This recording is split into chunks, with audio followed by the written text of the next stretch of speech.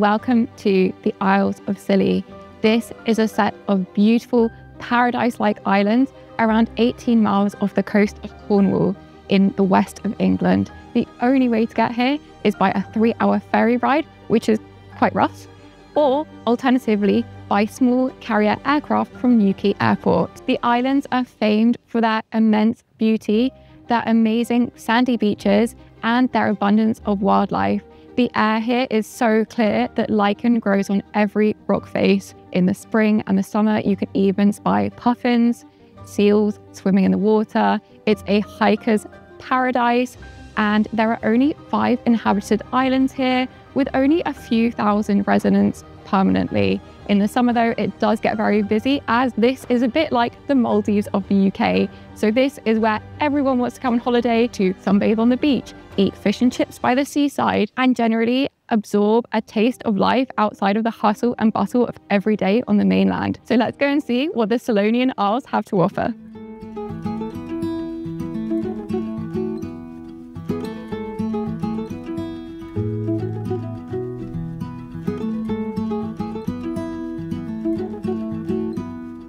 This is Tresco, and it's probably the most popular of all the Scilly Isles thanks to its world famous Abbey Gardens. You can easily visit as a day trip from St Mary's, and the boat takes around 20 minutes. It was really packed, so they actually put on 2 boats today, and that just shows how popular this island is. There's also 2 castles to explore, and typically the boat will drop you off at New Grimsby, which is one of the main towns on the island, and from here you can walk up to the north to see the castles. So that's what we're going to do now. Tresco is actually the most sheltered of all the Scilly Islands, and that leads it to have a really unique microclimate which supports very tropical and subtropical plants. As you walk along the coastline, you can enjoy views onto Bryher, which is just behind me, and as well onto St Mary's. The only point of the island which isn't protected is the northern tip.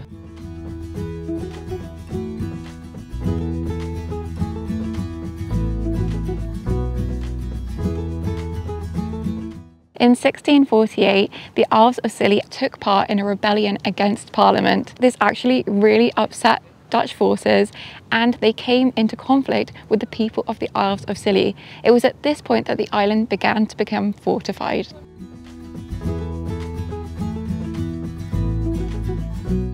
By 1651, the Dutch had had enough, and so they declared war on the Isles of Scilly. They also began a blockade of the Isles, which meant that no supplies could come in and out. Although this was a royalist stronghold, the Parliament decided, under Cromwell's control, that this could no longer be the case, and they needed to get back in favour with the Dutch, but also they were worried that the islands would fall under foreign control and the English would lose them forever. And so in 1651, they built Cromwell's castle. Today, you can visit it.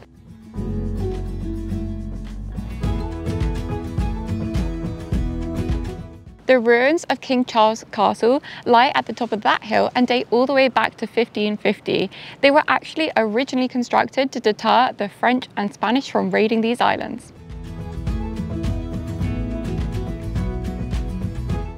The castle is completely free to visit, and you can go up to the tower and enjoy sweeping views of the surrounding countryside.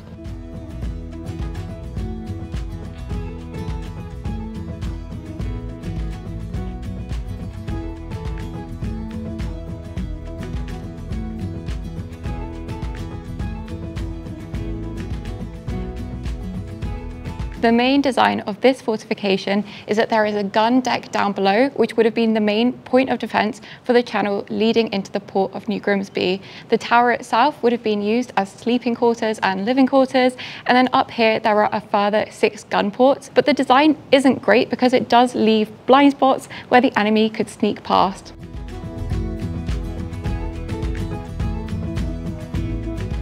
Now to the other castle. Luckily, we will be walking through a sea of heather, which will be very beautiful. Unfortunately, the hill does look very steep, so it's a good thing we're wearing walking shoes. This is not the end. I will go with you.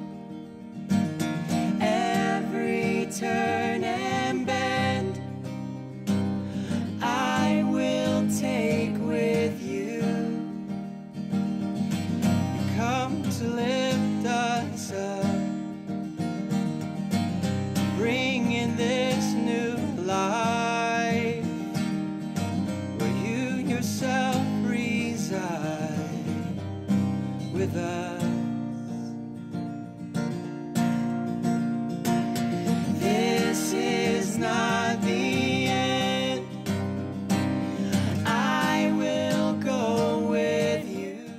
that we've seen the two castles, we're going to head back down towards the south of the island, which is the inhabited part where the gardens are and also a lot less wild.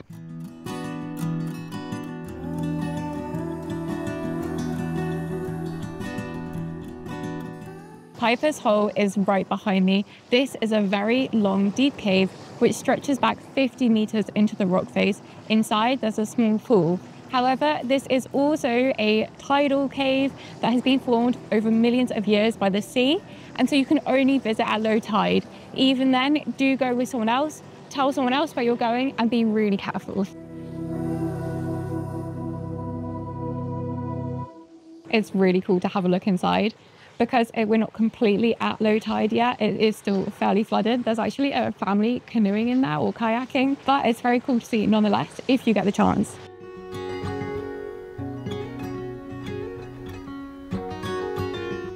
If you look closely enough, then you can find evidence of human inhabitation spanning across the island.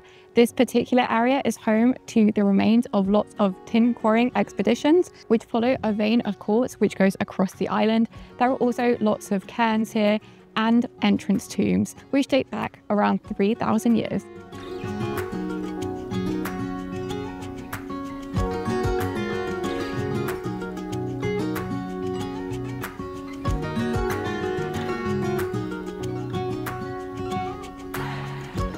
Most people state that Tresco is their favourite island, and it is amazing to see the diversity between the granite-studded heather and the ferns which are farther down in the lowland.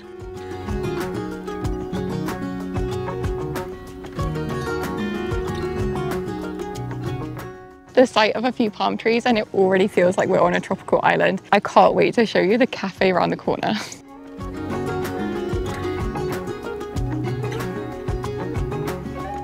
There's only a few eateries on the island, including a pub, a restaurant, and a few cafes, but the one with the most gorgeous views has to be this one, Rune Beach Cafe.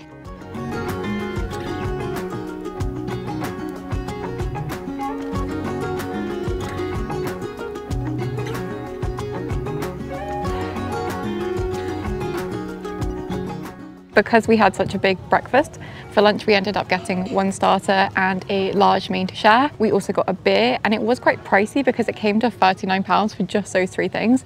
But the food quality was very good and the ambiance is amazing because you have views onto the beach as you eat.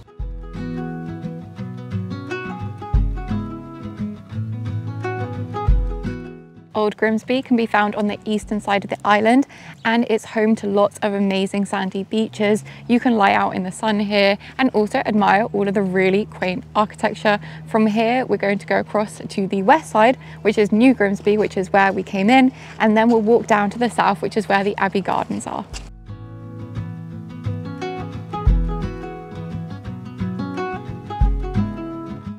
Much like King Charles's castle, the blockhouse on the hill behind me dates back to 1550 and was also built to deter the French and the Spanish would-be invaders.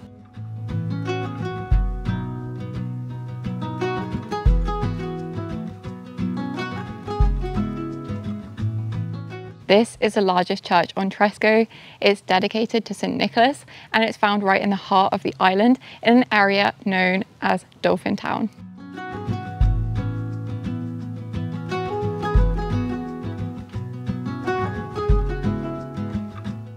The New Inn is the main pub on the island, and here you can get a drink, some food, and it's also in New Grimsby, which is one of the landing points for the ferries.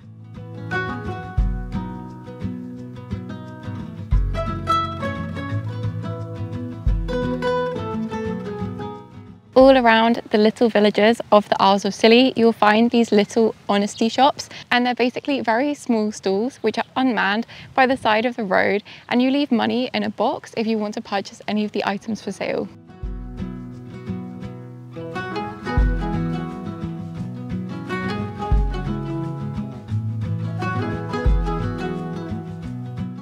There's a house called Sophie. Okay, now onto the Abbey.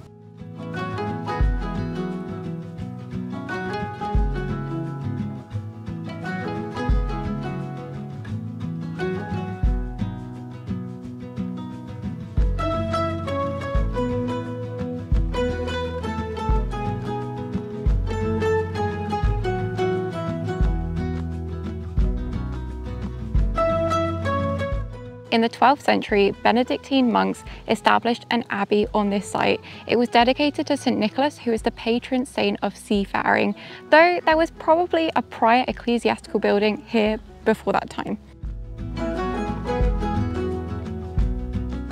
In the 6th and 7th centuries, so many Celtic men and women came from Ireland and Wales that the Cornish actually refer to this period in history as the coming of the saints.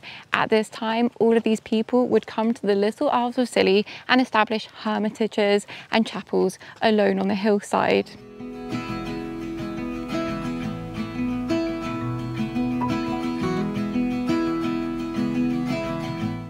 Unfortunately for the monks here, this stretch of coastline was really popular among marauding pirates and Vikings. But the monks took this very seriously. In fact, it's said that in 1209, in a single afternoon, they beheaded 120 pirates.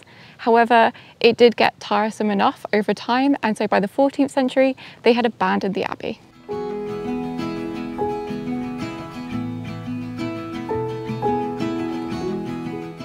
In 1834, Augustus Smith took over the lease of the islands from the Duchy of Cornwall.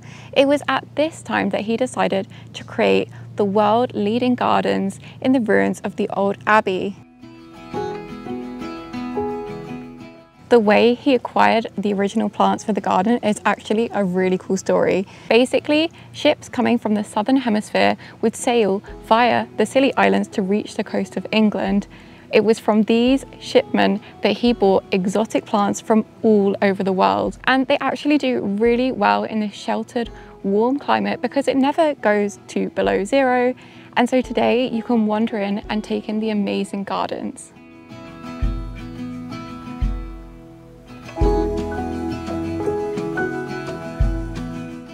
Unfortunately, it is rather pricey at £18 per adult, but it will take a few hours to wander around the gardens.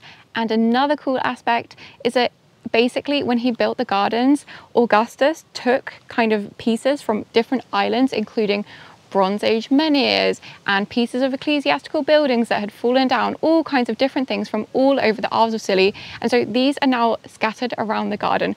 Oh my gosh, there's also a red squirrel running down the steps. It's like just behind you, Antoine.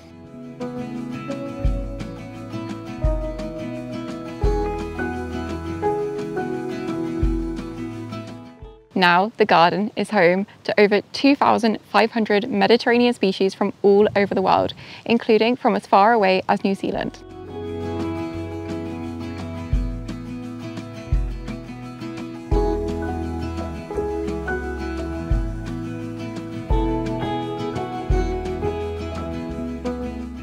This is the well garden, and it's so cool because it's home to an old well. It's also really close to the ruins of what's left of the abbey. The one thing I didn't mention earlier actually is that it's right next to the heliport here.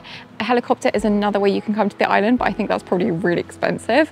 Unfortunately, that does really disrupt the tranquil ambiance of the abbey because every 30 minutes you've got a helicopter landing, which I'm sure you can hear in the background of this.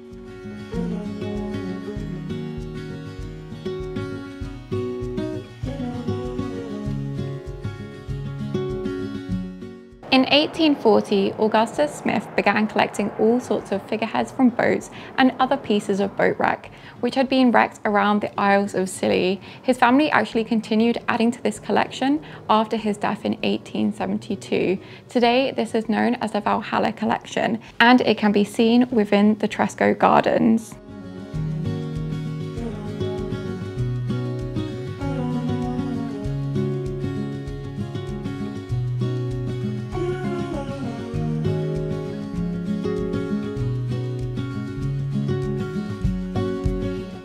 This shell house is one of the central features of the garden, and it's just amazing.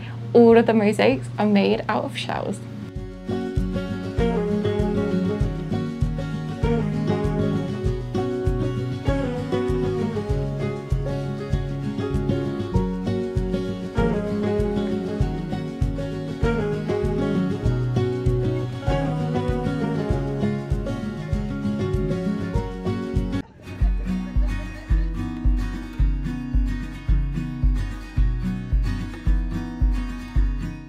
Bryher is another of the inhabited islands, and today we're going to explore it. The name actually derives from the Old Cornish bray, which means hill, and that is because this island is covered in hills. It's home to only 84 residents who are forced to live in a very narrow strip of land between the hills, and the island is nestled alongside Tresco. However, unlike Tresco, this island has the full force of the Atlantic winds constantly coming at it, and so it's a lot more windy.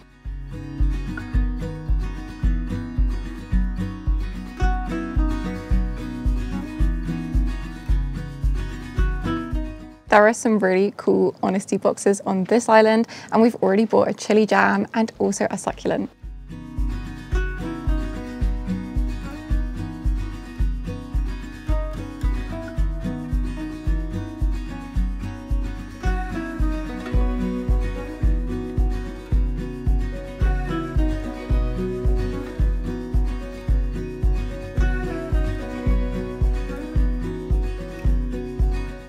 If you go up just one hill while you're on Bryher, I recommend doing Gugh Hill because this gives you 360-degree views of the surrounding area.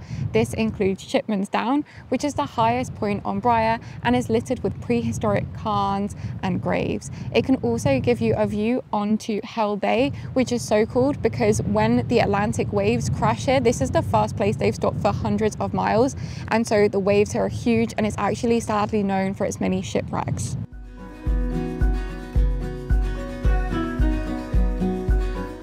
Gugh Hill is also one of the only places on land where you can see the island of Gugh, which is a tiny uninhabited island full of seabirds. From here you can also see Samson, which was actually inhabited until the 1850s but was abandoned because it was just too treacherous to live there.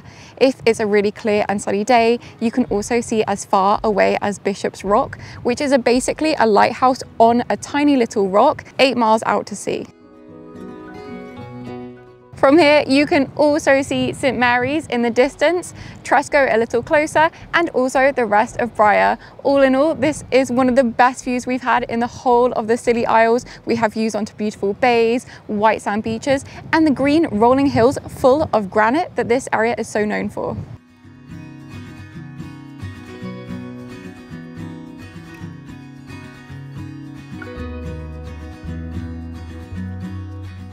There are a few kinds of labyrinths like this on the island, but I have no idea how they got here or who built them, and it doesn't unfortunately tell us in the book.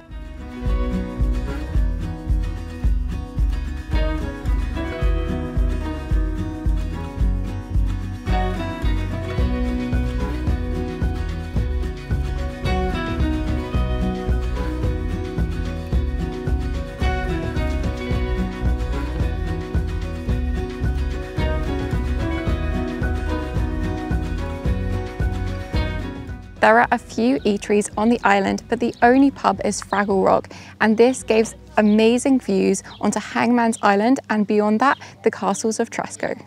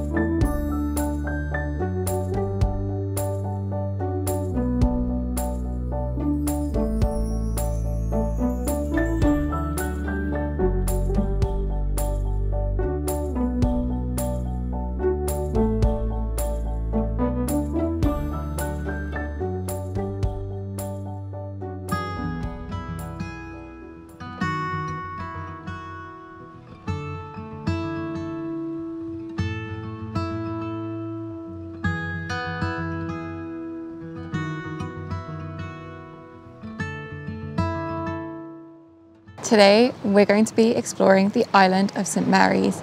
This is the largest and most inhabited of the Scilly Isles and is also where the airport is located and where the Scillonian docks from the mainland. It is a bit misty this morning, as you can probably tell, but it is meant to clear up over the course of today. The other good news is that we have rented a golf buggy for the day at a cost of £60, which will ensure that we can visit the island at a more rapid pace.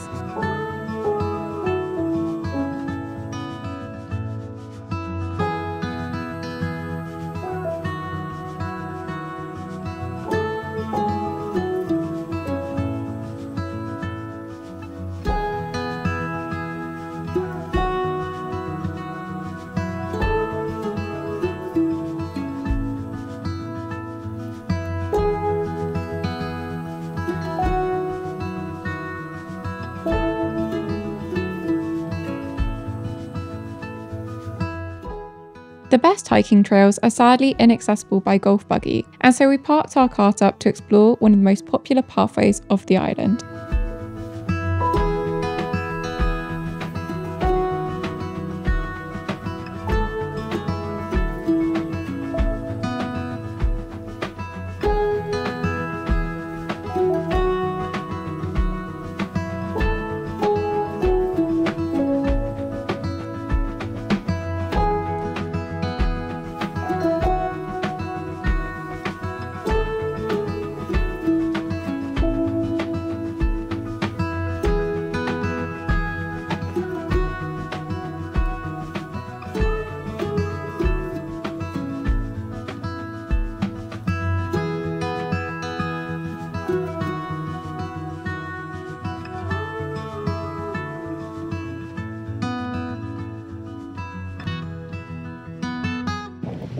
C'est bon.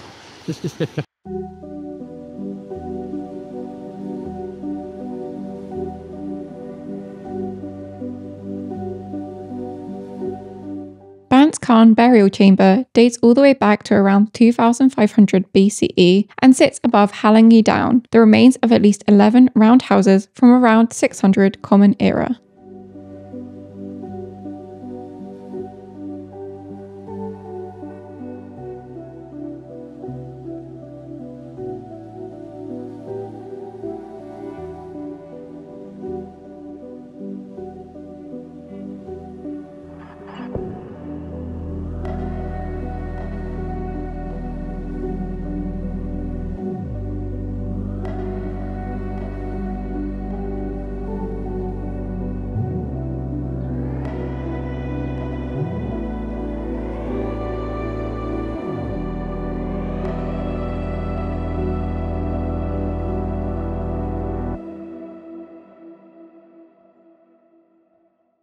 The Long Rock is a prehistoric menhir, but unfortunately not much is known beyond that.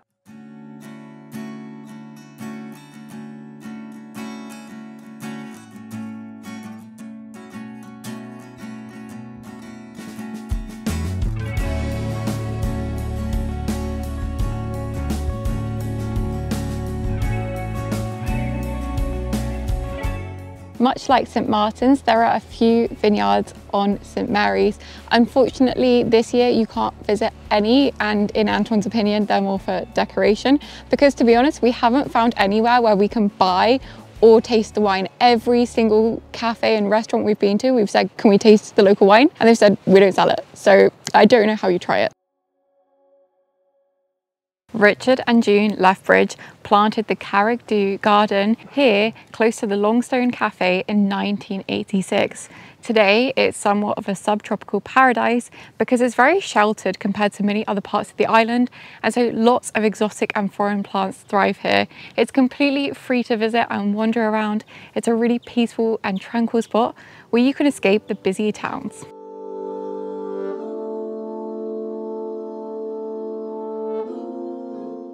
The garden covers a span of 11.5 acres, and there's even an area where narcissi are kept, and they are historic varieties of a kind of daffodil from the early years of the flower industry.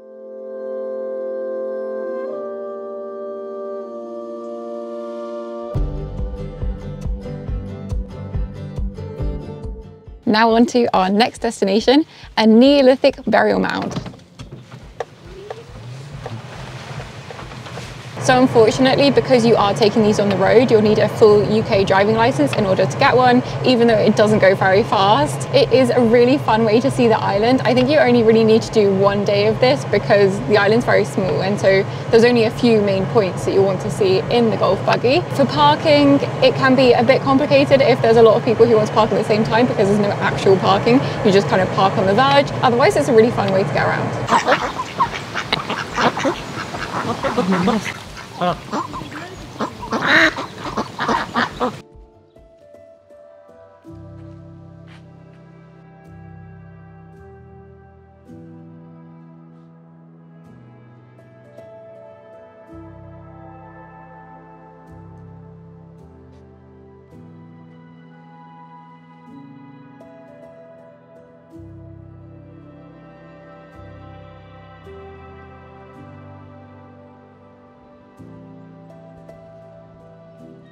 The mist has finally cleared, the sun has appeared, and we can see all of the surrounding islands.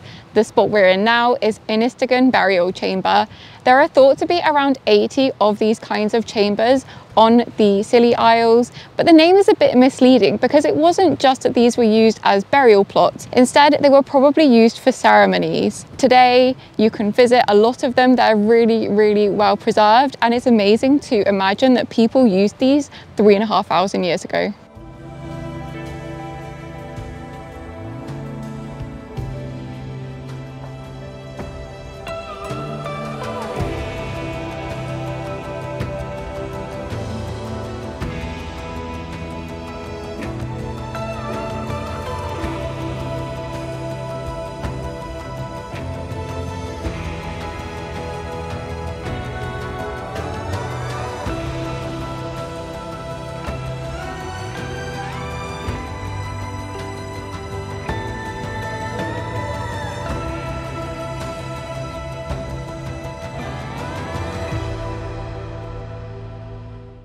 Palistry Bay is widely regarded to be one of the most beautiful spots on St Mary's. It's a bit out of the way to get to as you can only get here on foot. Even if you bring your own bicycle, you have to leave it at the top of the track because it's very steep to get down here.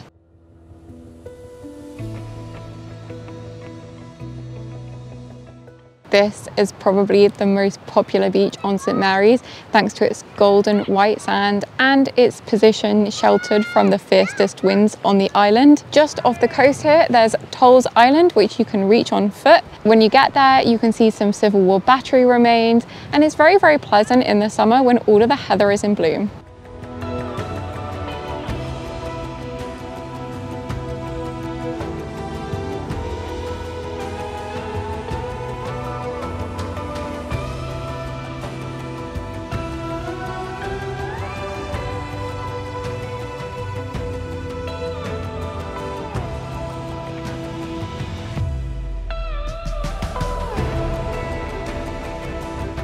This is the loaded camel. It's a completely natural formation of granite, but it does resemble a camel carrying a heavy load.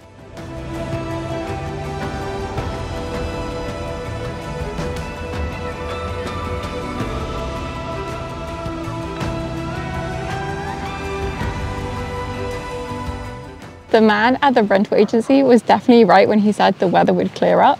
We're back in Old Town, which, as its name suggests, was the administrative capital of the Isles of Scilly way back in the day. This was in Norman times. However, little of that Norman architecture remains today. Now there's a cafe, a pub, a little church, and a few holiday lets. But the main town is now Hugh Town, which is just around the corner.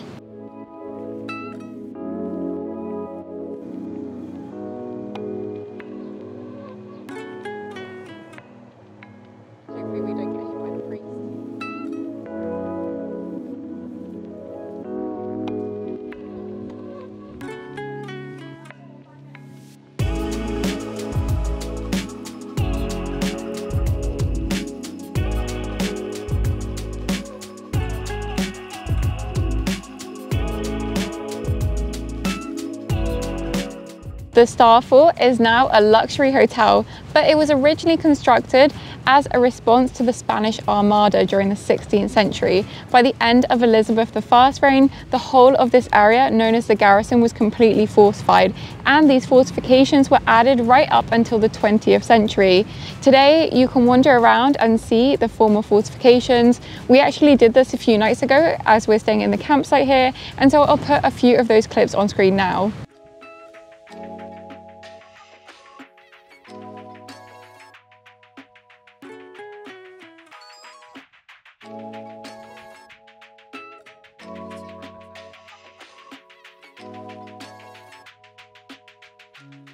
The area also gives amazing views onto Hugh Town's harbour, which is the main town on St Mary's, and we're going to go and look at it now.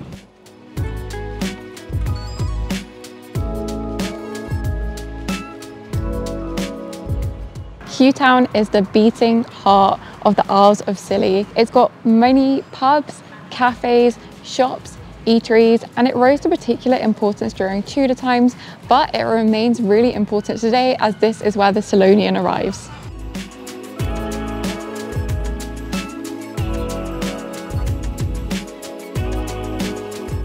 As well as being home to 2 pubs and a number of eateries and some really delightful gift shops, Hugh Town is home to the only mainstream supermarket in the Isles of Scilly, which is a co-op. It's also home to a branch of Lloyds Bank.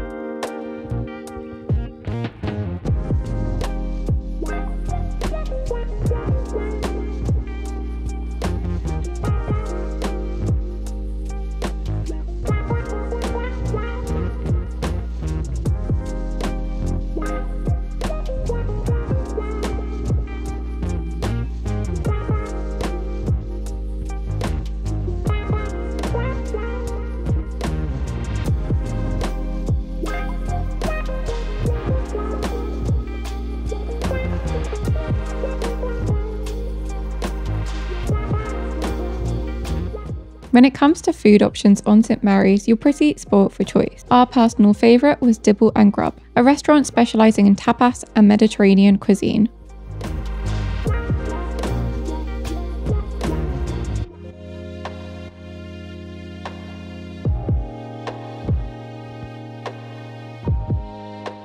Each morning, we indulged in a vegetarian breakfast at Hugh Street Cafe.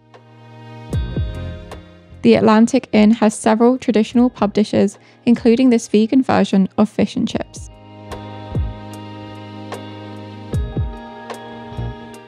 Longstone Lodge serves up basic sandwiches and small plates in a cosy setting.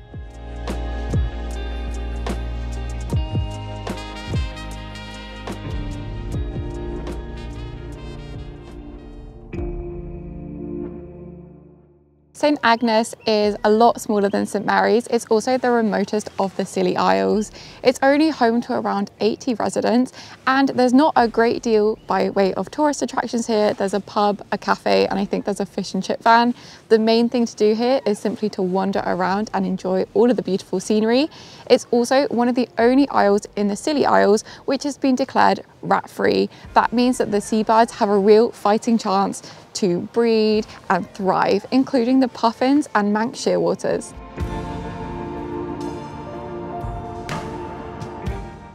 Because the island of Gugh is so far away from everything and can only be accessed a few times a day, they've actually got a delivery box on St Agnes so that deliveries can be delivered at any time.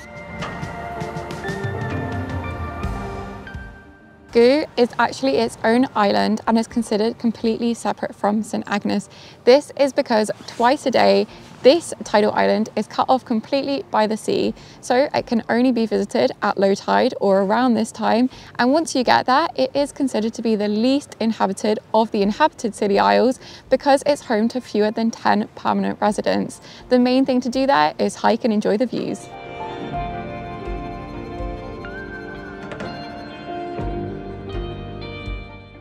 St Agnes is considered the original off-island of the Isles of Scilly, and that is because St Mary's is generally considered to be the mainland, and this island, the name Agnes, isn't for a saint like the rest of the Isles of Scilly, but is instead from Old Cornish, meaning away island, and the saint is thought to be a later addition. Most locals just drop the saint and name it Agnes.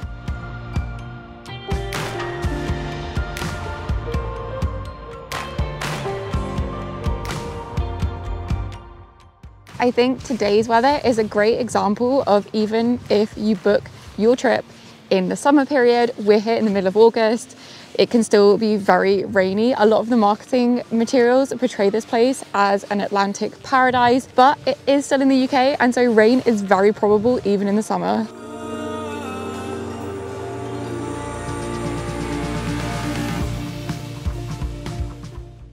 The granite outcrop just behind me is meant to resemble Queen Victoria's head, but I can't really see it myself.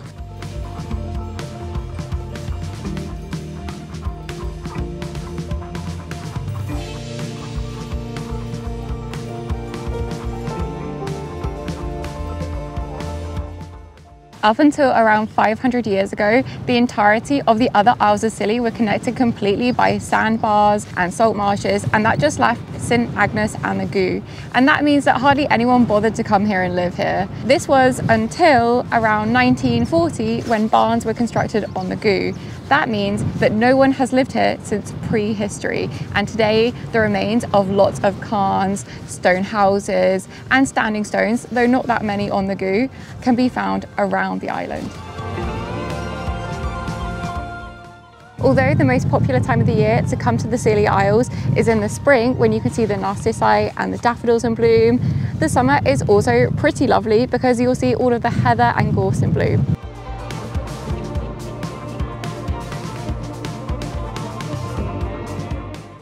This is the Old Man of Gugh, and it's the only standing stone on the island. The menhir was probably erected between 1500 BCE to 500 BCE, and unfortunately no one knows who, why, or even how they did it, but it's amazing to think that maybe 3,000 years ago someone was erecting this stone and lived here on the island. You can see that all of the air here is so free from pollution that there are amazing lichens growing on all of the rock faces. There's an amazing variety, so do be sure to look closely at the rocks when you're walking around.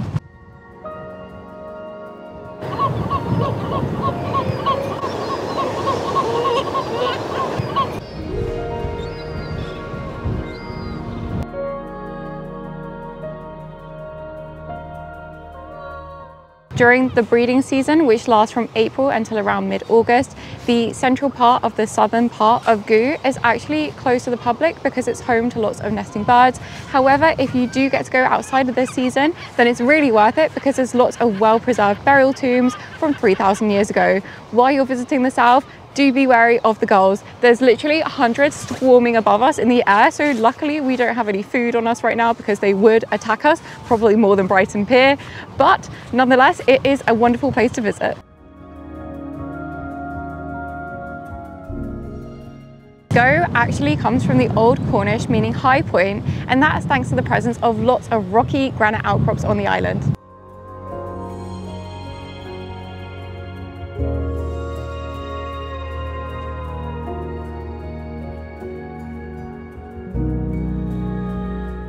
Because St Agnes is so small, it's divided into higher, middle and lower town, and that is a single settlement on the island. There is a cafe, a pizzeria and a delightful little gift shop which we just explored, selling all kinds of sea themed gifts which are centered around Gugh and St Agnes.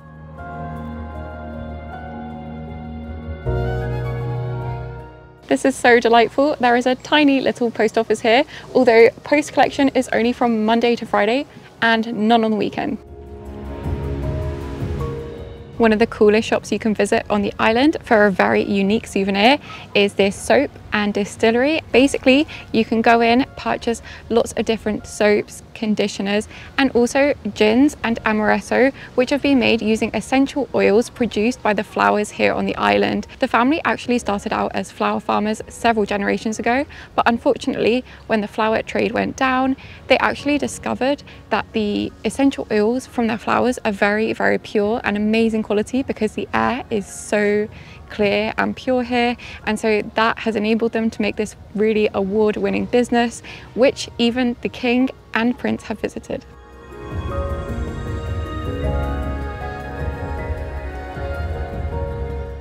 The lighthouse is one of the defining features of St Agnes. It's very picturesque and feels like it's been plucked straight out of a storybook. Antoine also said it looks way better after the gin tasting.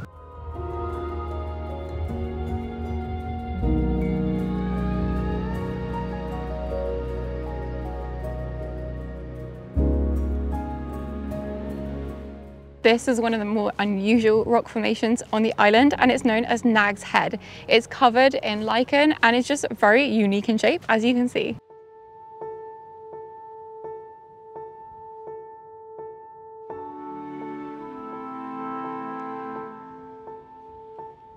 This is the Troy Town Maze, and it's a tiny little labyrinth made out of local stones. There are a few holiday lets on St Agnes, but to be honest, they're very few and far between. And so if you're feeling particularly adventurous, then you can actually come camping on the south of the island.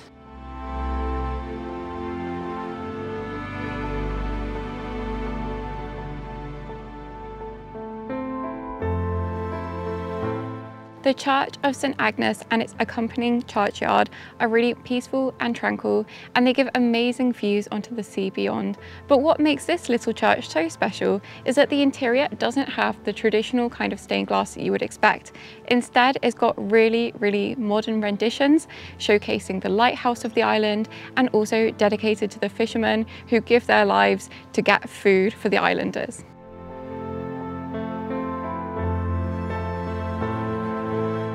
St Agnes is actually quite famous for its sandy beaches. However, unlike Tresco, where they're very, very long, here you'll find a series of smaller beaches. On a clear, sunny, warm day is the perfect place to sunbathe or go paddling in the sea.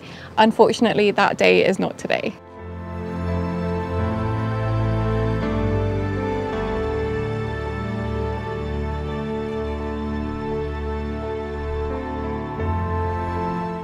This is the big pond, and here you can see lots of gulls bathing in the water.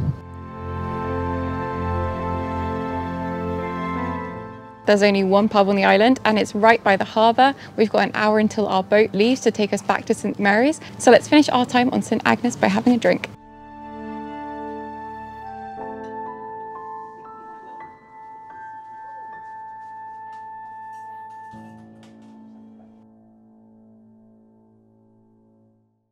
Today, we're on the island of St Martin's. It's around a 20-minute boat ride away from St Mary's. Unfortunately, as you can probably tell, the weather isn't great. However, usually this is one of the greenest of the islands, along with Tresco, and on a very clear day, you can see as far away as Land's End.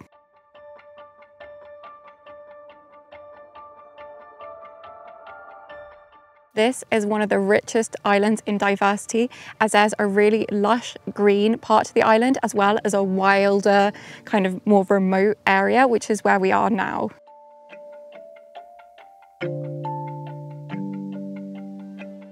There are 3 settlements on the island: the higher town, the middle town, and the lower town. Typically, you'll be dropped off by the ferry at Higher Town. This is the most inhabited of the towns on the island, and it's here where you'll find an award-winning bakery. This bakery is said to be the best in the Scilly Isles, and as such is really busy. So as soon as you get off the ferry, you want to pick up some supplies. This includes pasties, sandwiches, cookies and cakes, and everything is made in-house, including the pasties.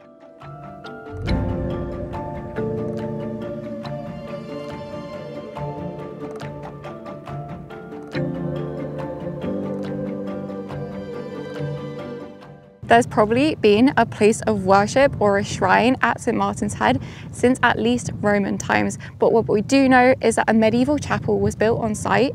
This is really common across the Scilly Isles and Cornwall, where men and women would come and set up little chapels and hermitages at the top of the highest points of different islands in the area. Unfortunately, there's little left of the medieval chapel today because a lot of the stone was pillaged to build the Daymark in 1683.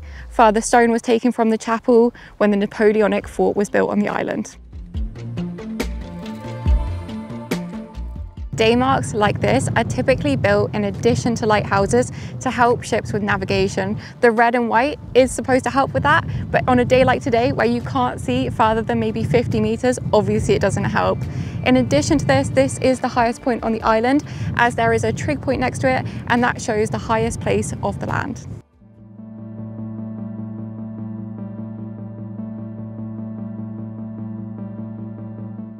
As you can see, very little of the chapel remains.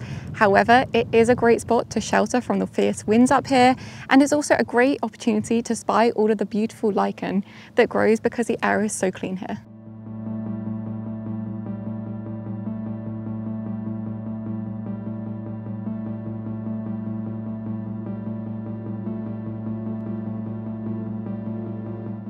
We're now headed down from St Martin's Head to Higher Town, and already it feels warmer.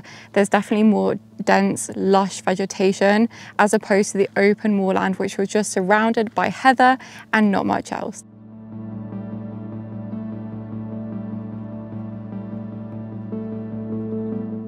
This is Par Beach, and it's probably the most popular beach on St Martin's thanks to its white sand, which is really fine. It's also got crystal clear water, and at low tide you can even see a prehistoric stone row which is exposed.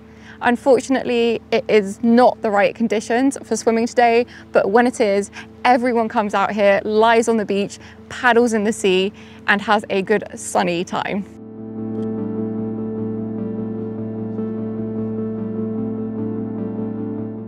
Usually, one of the best things to do on St Martin's is to visit the vineyard. You can do a wine tasting and also go on a self-guided wine tour. Each week, usually on Fridays, there's a free guided visit too. Now, there are 11 grape varieties that grow here, and the vineyard dates all the way back to 1996. Previously, it was a flower farm. Today, they produce red, white, and rosé wine. Unfortunately, it doesn't have opening times online, so we thought it would be open on a Saturday, but it turns out it's closed. However, we did manage to buy some apple juice from the Honesty box.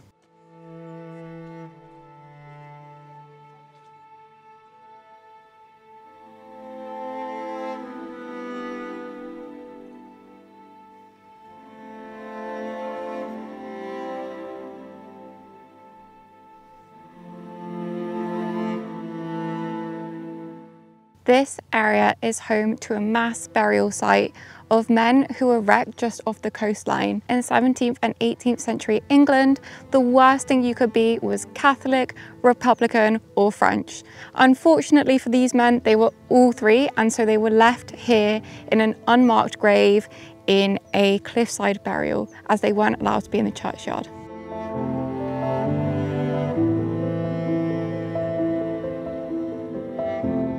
Even though most people come here as a holiday destination, it is important to remember that people actually live and work here. A lot of people here work in tourism and in agriculture, and so there is a town hall, there's a school, and even a fire station on the island. It was actually meant to be partly sunny today, and so our original plan was to go to White Island, which is a tidal island that you can only reach during low tide from this one, and go and see some Neolithic graves. Unfortunately, that's completely out of the question because it's very slippery there and we won't see anything anyway. And so instead, we're going to head into Middle and Lower Town, where there are galleries, shops, and even a pub.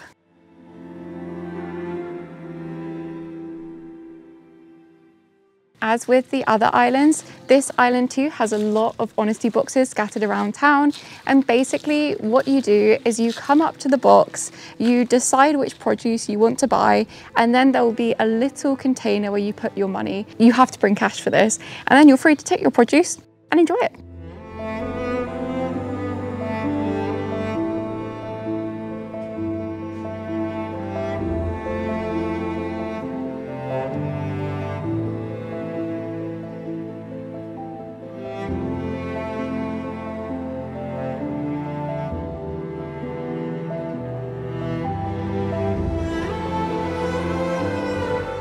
The Seven Stones Inn is the only pub on the island, and it's raining quite a lot now, so let's go in and have a drink.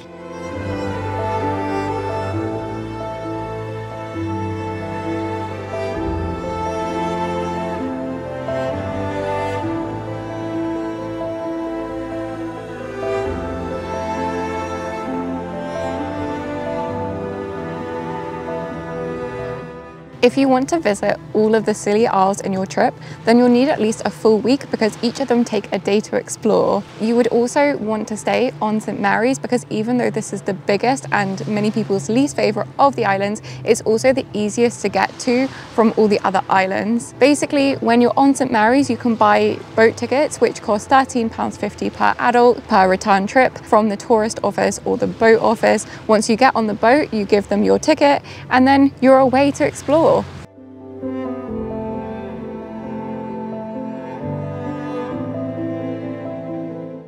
There are lots of accommodation options, but we personally went camping as this was the most affordable option and also the only option left when we booked a few months in advance of our trip.